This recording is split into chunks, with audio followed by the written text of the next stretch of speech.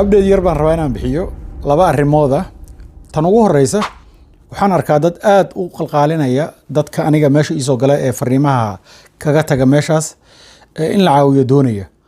oo iyagu ay leeyihiin annaga idin caawinayna anagana la soo xiriira. Marka ugu horeysa waxaad ogaataa dadkaas profile-kood markaan fiiriyay qaarkood profile ma laha, sawir uguma dhegana, video ay soo duubeen wax kaga hadlayaan meesha kuma jiro. waana si fudud baa lagu haagarayn karaa haddii aad link yar intii lagu soo diro aad taabato ilaan qofkan waxbaan kula sameynayaa buu ku yiri moogta sawirka u diraysaa link yar baa taabanaysaa